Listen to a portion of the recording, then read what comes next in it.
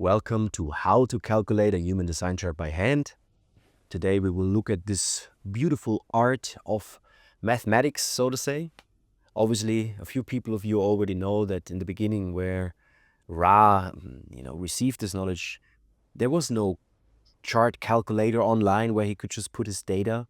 He was able, or he need to figure out how to do this by hand. And there are some things we need to use for this. Before we start, as always, don't believe me, validate for yourself.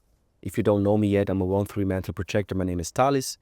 I study human design since 2018, and I love to go deep into the things, and I'm very good in explaining complex things like this, for example.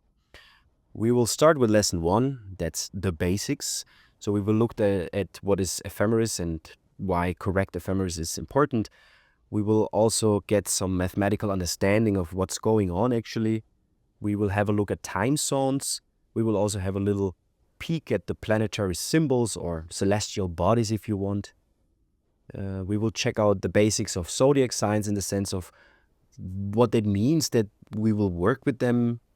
Obviously, it's not about astrology in that sense that we say, every Virgo is very orderly or something. This is not what we will talk about. And the last step in this lesson 1 is we will check out the Rave Mandala and the gate positions. Before you continue this video, please be sure that you already checked out the attached PDF that I gave you. Maybe you printed out the Rave Mandala or the coordinates that were inside of this PDF. It will help you enormously. Also, there will be a tool that you can check out that helps you calculate. You will find this in the link that I posted in the Telegram group. You can just click on this and you get to a calculator where you can put data if you don't want to do this on paper or manually. We can cheat a little bit. That's totally fine. It's about understanding how it works. And so let's start. Ephemeris, what is it? This is position values of moving astronomical objects in relation to an appropriate astronomical coordinate system. What the hell? Okay, it basically just means we are here on Earth and there is something in the sky that moves, and we will calculate through coordinates how it moves and where did it move, from where did it come, where will it go. So we calculate movements of planets or of the sun, of the moon, whatever the case may be. On the right side, we see one example. So please have your birth data ready. This is all preparation right now, but you will go to astro.com, to this address here. I will put this in the Telegram group too, that you can just click on it. It's a bit easier. You will get to a homepage. You choose your birth year. And for example, if you're born 1958 or 85 or 71 or whatever, you choose your year and then you download your PDF.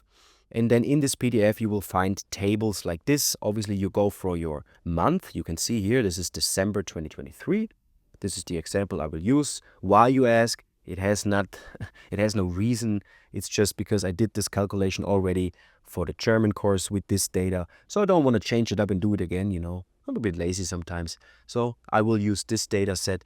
But don't worry, it will explain you all the steps deeply, that you will really be able to follow this and recreate this on your own without my help. So you will become your own authority in calculating human design charts by hand.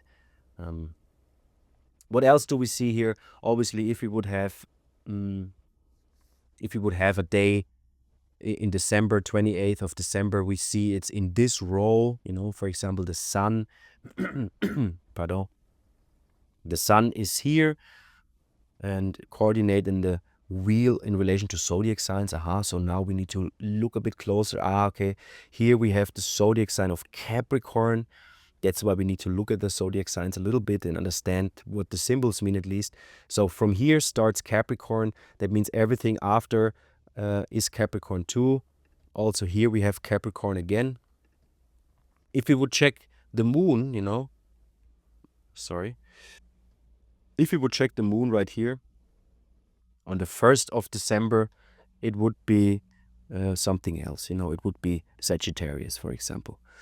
Hope that makes sense so far. And then we see this coordinate. And this coordinate is red 5 degrees. You can see there's this little circle here. This is degrees, 57 minutes and 50 seconds.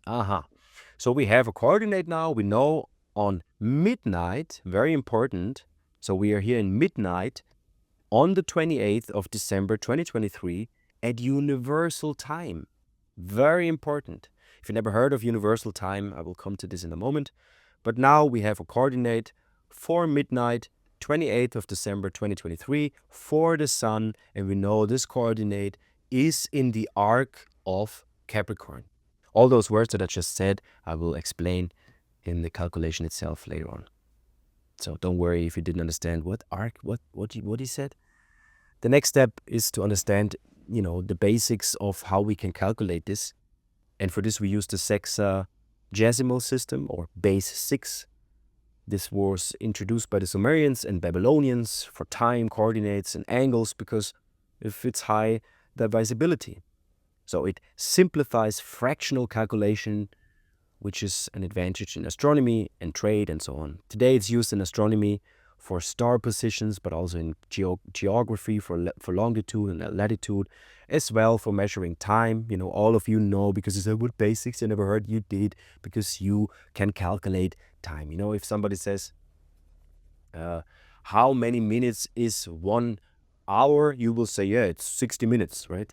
And you can also say, how many degrees has a circle? You will say it's 360 degrees. This is all base 60 calculation. It means we don't count from 0 to 100. We don't take this as a base. We count from 0 to 60, and then we change it, so to say. So 0 to 60, and again 0 to 60. So 60 would be 1 degree, and then 120 would be 2 degrees, and so on. Very simple to understand. So an example here for converting coordinates, let's say we have 40 degrees, 26, what was it? Minutes, correct? And this was seconds, correct? So to coordinate this into seconds, into decimal, into 0 to 100 system, so to say, we make it like this. We multiply it by 60 and by 60, obviously, to get to minutes and seconds, and then the minutes we multiply by 60 to get to seconds, and then we have seconds left. We add this all up and we get 145,606 seconds, whatever that means in that case, but we will have seconds as an outcome, and we can use this to play around and fiddle and get something out of this that is visually and also on the paper, then gives us ideas of where we are in the wheel or in the arc of the Rave Mandala, for example.